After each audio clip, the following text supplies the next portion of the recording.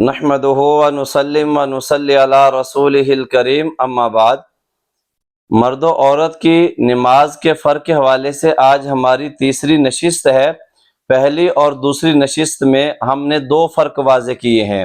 Number ایک، مرد و عورت تکبیر تحریمہ کے وقت ہاتھ کہاں تک اٹھائیں گے، اور نمبر دو، تکبیر تحریمہ کے بعد مرد و عورت ہاتھ کہاں پر باندھیں گے۔ تو ان دونوں فرق کو ہم نے بڑے واضح طور پر احادیث نبویہ صلی اللہ علیہ وآلہ وسلم سے پیش کیا ہے۔ اللہ کے پیغمبر نے یہ فرق بیان فرمایا ہے۔ اور آج تیسرا فرق بیان کریں گے کہ مرد رکوع کیسے کرے گا اور عورت رکوع کیسے کرے گی۔ تو نشست نمبر 3 میں ہم مرد کے فرق کو بیان کریں گے۔ رسول اکرم صلی اللہ علیہ وآلہ وسلم مردوں کو رکوع کرنے کا طریقہ یا حکم کیسے ارشاد فرماتے تھے۔ لیکن آپ سب سے پہلے مرزا انجینئر جیلمی کی گفتگو کو سماعت کیجیے گا۔ عورت و مرد کی نماز میں کوئی فرق نہیں ہے جی۔ ہمارے نزدیک جو روایتیں ہیں کمزور ہیں، بخاری سے لے کے ابن ماجہ تک کوئی ایک روایت بھی نہیں ہے، صحیح تو چھوڑ دیں ضعیف بھی، کہ جس میں اس طرح کا کوئی فرق رپورٹ ہوا ہو، حالانکہ عورتوں کے مسائل لادہ سے لکھے گئے ہیں۔ جی، آپ نے مرزا انجینئر جیلمی کی گفتگو کو ملاحظہ کیا۔ موصوف کی گفتگو کا خلاصہ یہ تھا کہ مرد و عورت کی نماز میں کوئی فرق نہیں ہے، جبکہ یہ بات بالکل غلط ہے۔ آج ہم تیسرا فرق بیان کر رہے ہیں کہ مرد رکوع کیسے کرے گا اور عورت رکوع کیسے کرے گی۔ تو مسئلہ کے طور پر مرد جو رکوع کرے گا کہ جب وہ رکوع کرے گا تو اپنے ہاتھ کی انگلیوں کو کشادہ رکھے گا اور گھٹنے کو پکڑ لے گا۔ ایک تو انگلیاں ملی ہوئی نہیں ہوں گی ایسے، نمبر دو انگلیاں کشادہ ہوں گی، کھلی ہوئی ہوں گی اور گھٹنے کو پکڑ لے گا۔ نمبر دو، رکوع کے دوران جو مرد ہے اس کی جو کونیاں ہے اس کے ان پہلوؤں سے جدا ہوں گی، اور اسی طرح اس کی کمر اور سر یہ دونوں بالکل برابر ہوں گے۔ ایسا نہیں ہے کہ سر جو ہے یا کمر سے بالکل جھکا ہوا ہو یا سر کمر سے اوپر ہو، بالکل کمر اور سر دونوں برابر ہوں گے۔ اب عورت جو ہے یہ بالکل اس کے برعکس ہوگی۔ عورت جو ہے نا وہ نماز کے رکوع میں جب رکوع کرے گی اس کی انگلیاں کشادہ نہیں ہوں گی۔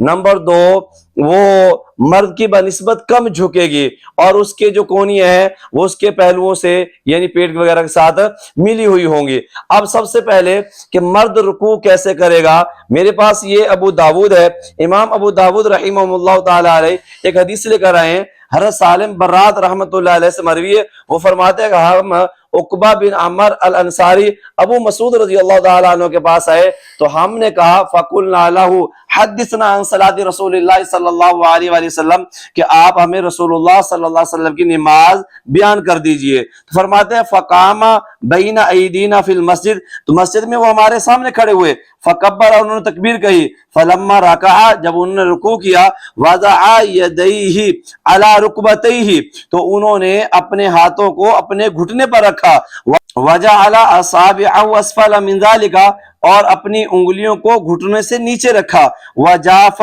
بَيْنَ مِرْفَقَيْهِ، اور اپنی کوہنیوں کو اپنے پہلو سے جدا رکھا۔ اب یہ رکوع کرنے کا طریقہ تھا جو رسول اکرم صلی اللہ علیہ وآلہ وسلم نے بیان فرمایا، اور یہ مرد کے لیے طریقہ بیان کیا جا رہا ہے۔ یہ میرے پاس دوسری حدیث ہے المعجم الاوسط لطبرانی کی، جلد نمبر 4 ہے، صفحہ نمبر 281 ہے۔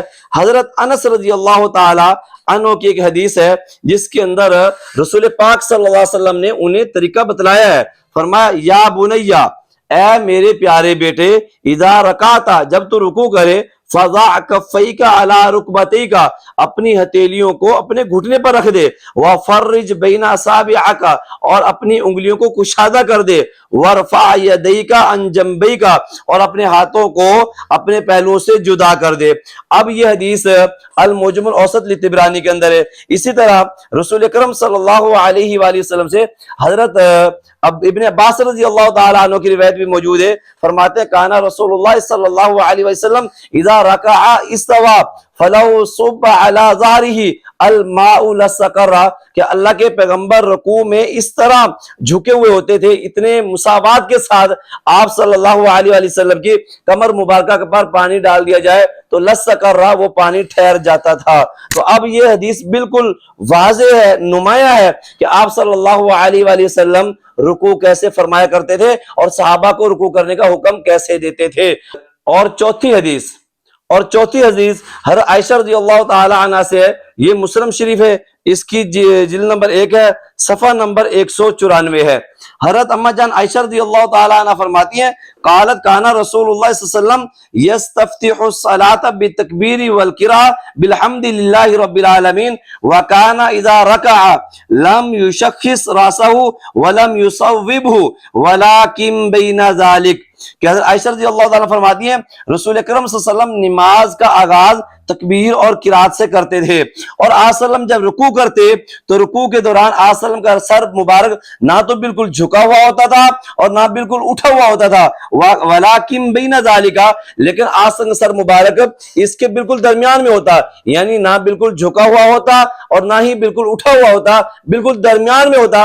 اب اس سے معلوم ہوتا ہے کہ آپ صلی اللہ علیہ وسلم صحابہ کو رکوع کرنے کا طریقہ کیسے سکھلاتے تھے، اور اس سے یہ بھی معلوم ہو گیا کہ حضرات صحابہ کرام رضوان اللہ تعالی عنہم اجمعین رکوع کیسے کرتے تھے۔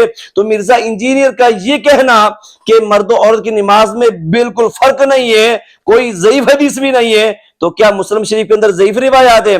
تو اس کے اوپر ہم یہی کہہ سکتے ہیں لعنت اللہ علی الکاذبین۔